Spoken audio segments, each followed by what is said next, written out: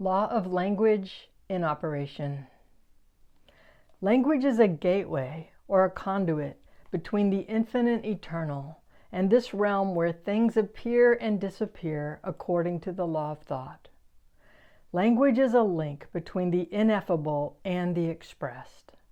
It is like a swinging door between the unmanifested and the manifested realms. Language proceeds from the eternal and is the structure of being that allows for bringing forth the seen from the unseen. In other words, manifestation occurs through the action of language. Some action has to be taken to set up a world. The structures of that world must be delineated, made distinct, and communicated, and the method of coordinating action is language. Revealed in humanity.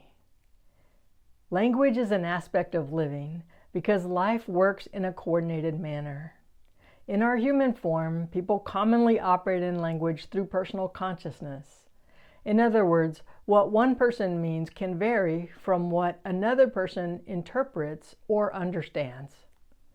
Knowing is a function of being and is contained in symbols such as words and signs that reveal and acknowledge the operations of this universe.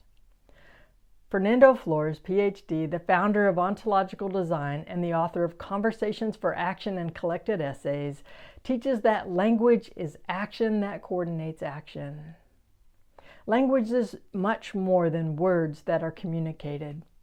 Language is part of the operation of thought and initiates action. The structure and operation of thought is becoming clearer as humanity progresses.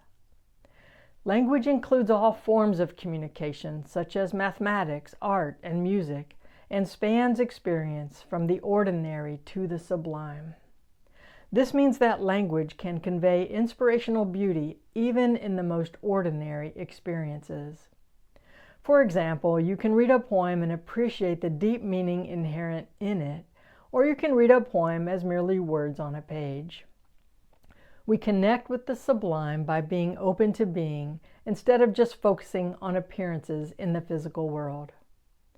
An example of language coordinating action is the symbol of a stop sign, which allows for a variety of possibilities in everyday life. You can stop, you can yield, or you can ignore the sign completely. You can understand the meaning of the stop sign just from its standard shape and color, which inspires action, or you can understand the sign by reading the word in any given language. Human beings learn by making new distinctions, which involves using language to reveal actions and relationships. Language is an action of bringing forth manifestations such as ideas. When new concepts need to be communicated, people create new expressions and adopt them as needed. For example, words added to dictionaries between 2012 and 2024 include selfie, crowdfunding, glamping, gig worker, influence, and flexitarian. In human interaction, it is common to give someone a name or to ask someone's name. Until you name someone, that person is indistinct and undifferentiated. A name can be a description, such as the vendor on the corner. In the creation story in Genesis, nothing existed, even for God, until the naming function was invoked. Looking at something and naming it turns pure possibility into something distinct. For example, if I talk about the conscious light within me, I am talking about a particular concept once I name it as such. Naming can be thought of as an operation of turning a wave function into a particle. When you release the name, the object returns to being a wave function instead of a particular thing. Antithesis. The antithesis of language is a lack of action, such as inertia or procrastinating. This is demonstrated when talking does not coordinate action. For example, babbling incoherently, confusing the subject, purposely obfuscating, deflecting, defending, making excuses, talking in circles, and avoiding responsibility are all examples of ineffective language. Ineffective language impedes progress. Application: how to embody the connections provided by language. Understanding language as a law of being allows you to translate between the human realm and the realm of eternal consciousness. Operating properly with language connects you to the field of consciousness in which you experience the bliss and flow of well-being.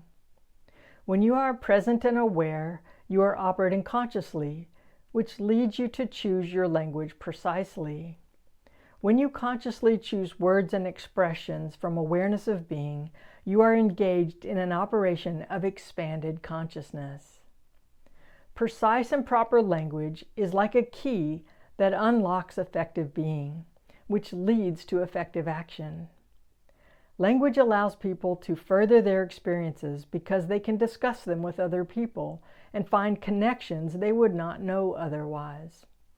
An experience itself is fleeting in nature and often blinds people to the operations of being by directing them into focusing on the human senses and personal ego.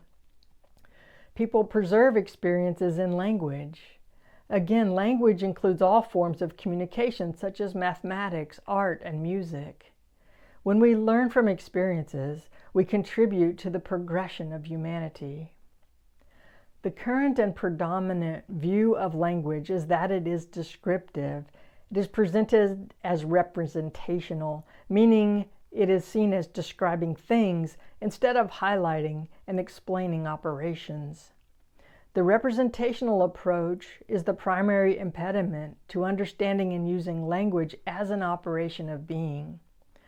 It causes the impoverishment of what language can actually provide because descriptions are about things. In other words, descriptions are thing-based conversations.